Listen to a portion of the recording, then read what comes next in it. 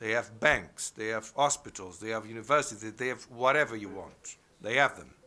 A friend of mine made me see something that was really, I could not imagine. That there was, that the South Asian countries, they adore cricket, and that's one of the heritage I think they took from Britain more vehemently. And there was a very important championship of cricket, and and the prime minister was there, and she was inaugurating, and just below her there was the big flag of the main financial supporter of the event, which was the Jamaat al-Islam Bank. Well, so when you go to this point, well, you can imagine where things are going. And of course, I think you touched the issue, because money is the issue. And oil behind the money is the reason why these kind of things are happening. I am absolutely convinced. And if you want really my sincere opinion, I would say if we want to understand how some organizations, some people, apparently they know nothing else to do but to say, well, there's civil rights of these poor gentlemen, they are being miserably turned down. We just saw them in the pictures 42 years ago, but no, they are really, we have really to take care of them. Of course, the 3 million slaughtered people, it's not really very important. I think we cannot understand this without trying to understand this financial circuit that is behind. This is my conviction, of course. And I think this is what we have to tackle most seriously, because this is absolutely unacceptable that we, especially in our Western societies, that we accept money to corrupt things to such a point.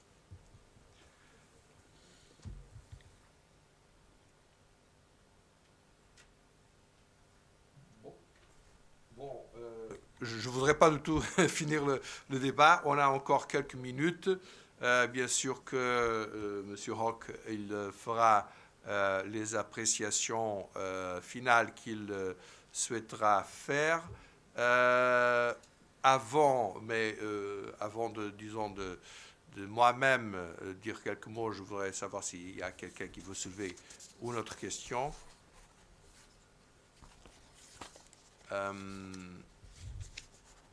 Bon, en cas contraire, je dois vous dire que je suis absolument ravi de me rencontrer ici.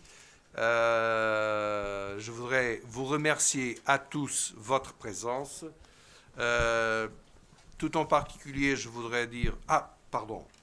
Le conseiller de l'ambassade du Bangladesh va nous parler.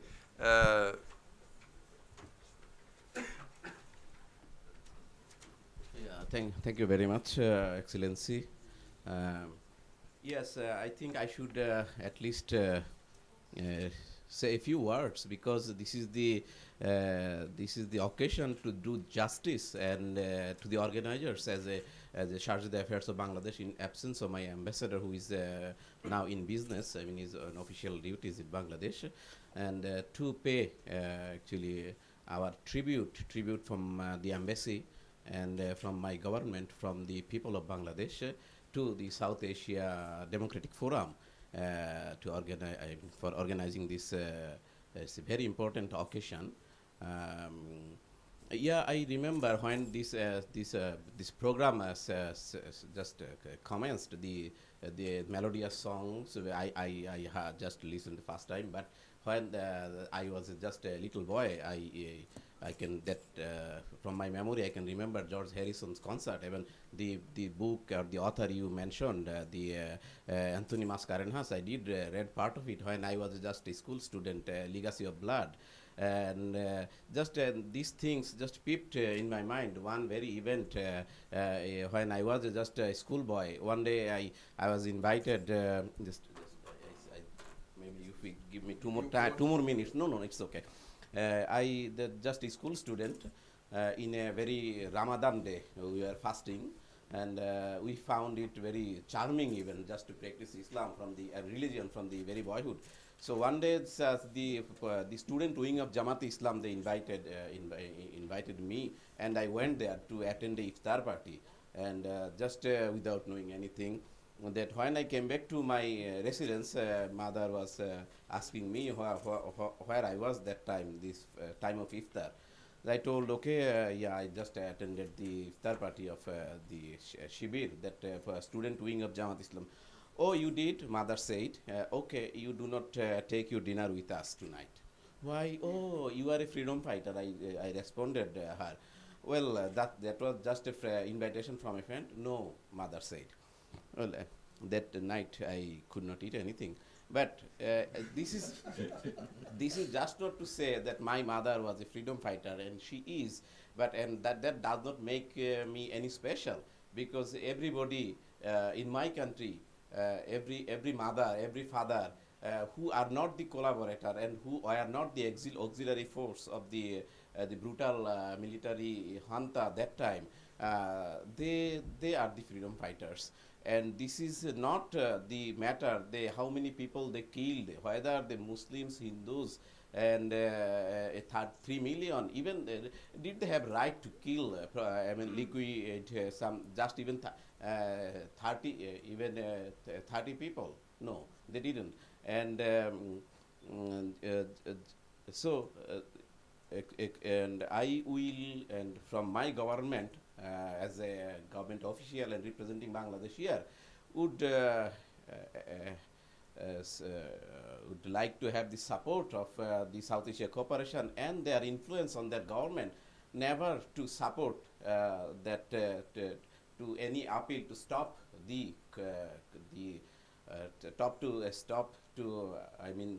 prosecute the criminals. Rather, you will support our government, and if I'm not sure whether they could complete the process, but whoever the government will, what party will come in power, obviously they will continue until the very criminals of genocide they are hanged. And again, I pay my tribute, homage, to your organization, and constant support to us through your government or any other channel. Thank you very much.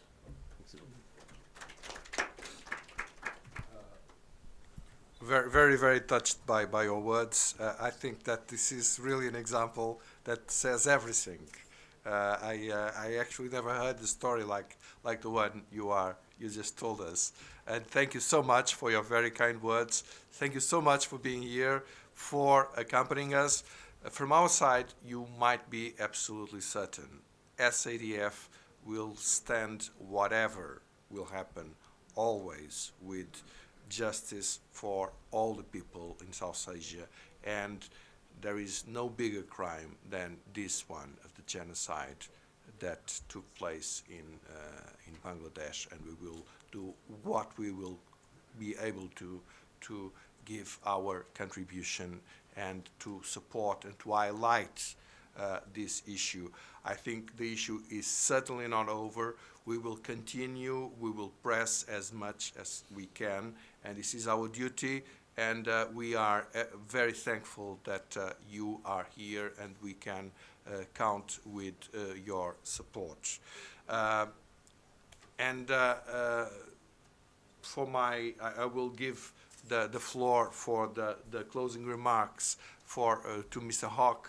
But from my side, I would like to say that I'm very happy for what I've seen here, for your engagement, for to see that you share with me the feeling that this can never be forgotten.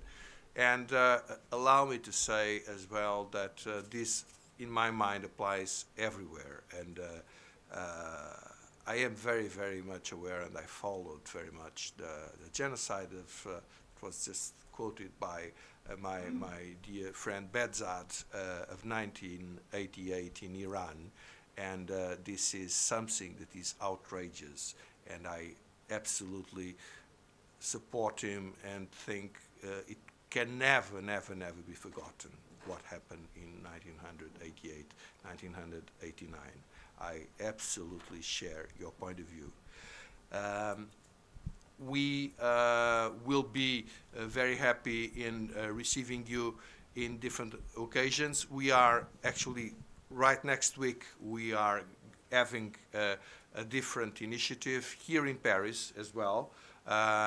When we will have our Board of Advisors meeting. Afterwards, we will have a roundtable. It's going to be a more modest issue, but it is going to be a roundtable on the issue of education in South Asia, education for tolerance in South Asia, and what can Europe experience be important in this subject.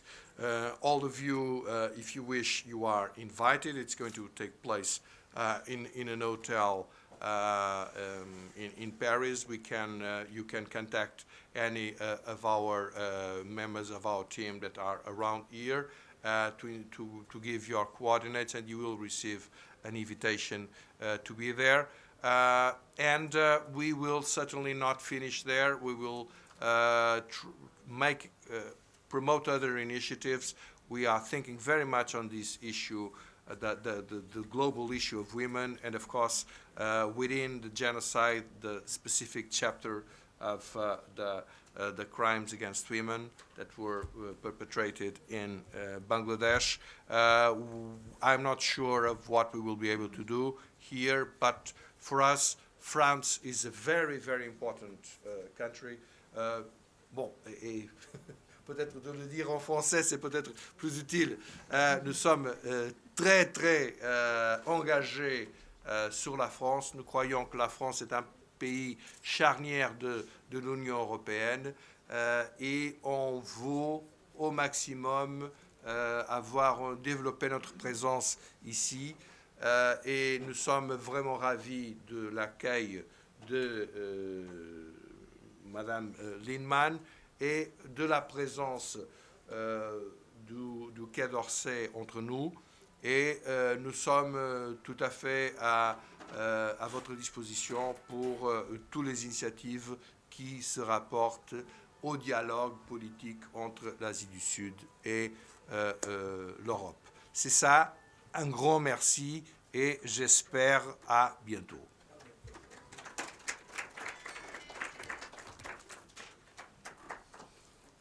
Thank you, Paolo. I think we started with the song by John Baez, The Story of Bangladesh, and we all shared the story of Bangladesh, focusing on the memory, but also on the issue of justice and also what is needed to be done today for a better tomorrow for all of us. I am really grateful to South Asia Democratic Forum for the moment I started corresponding with them, the understanding they have shown for the cause, the whole team, how they have worked to organize this meeting, and the work they're doing to promote tolerance, to promote human rights, and which is a very burning issue for the countries of South Asia, but which is deeply rooted with what happened in the past, and we will never forget the past, and also we will never allow the perpetrators to go unpunished. And I think that's a very important lesson of history, especially for the crimes of genocide and crimes against humanity and war crimes. And we have many unresolved issues in the world, and I think together when we address the issues of the past and learn from the past experience, we all can gain strength to construct a better future. And I will go back to Bangladesh with a new strength and hope that, as I have also tried to explain in my submission, that even during the long period of silence or the period of darkness for international justice, there are initiatives, there are community, there are people who has denied this imposition of silence or imposition of impunity. And I think that coalition, that understanding, that bridge between like-minded people is very important. And today we have built new contact, not only with SADF, but also with the graceful presence of Madam Mary Noel Lienman.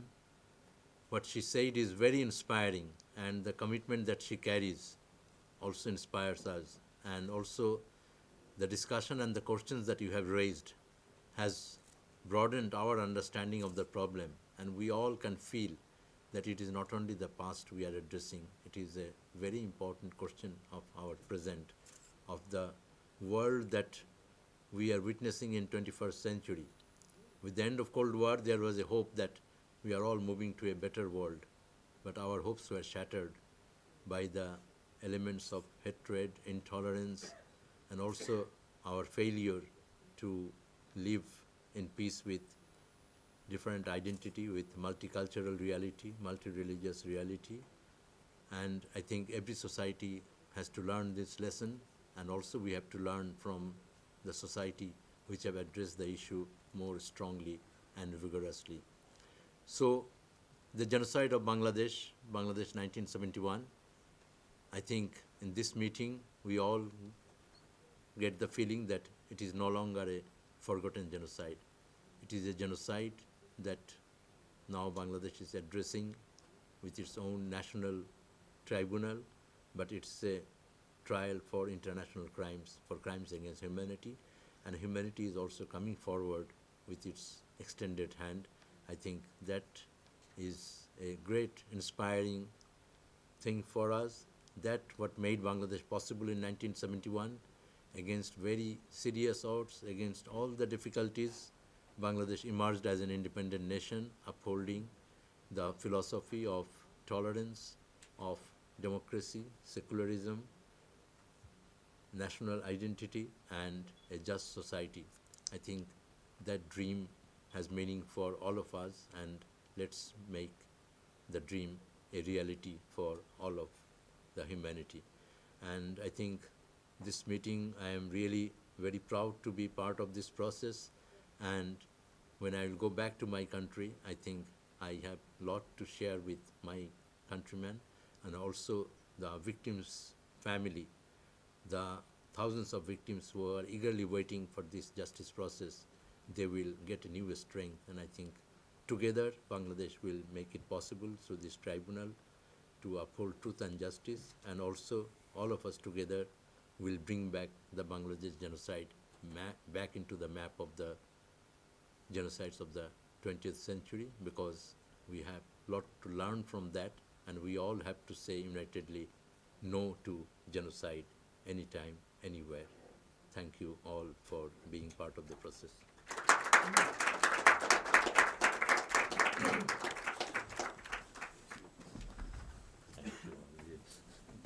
Was very good. Yes, yes, yes, yes. Very good.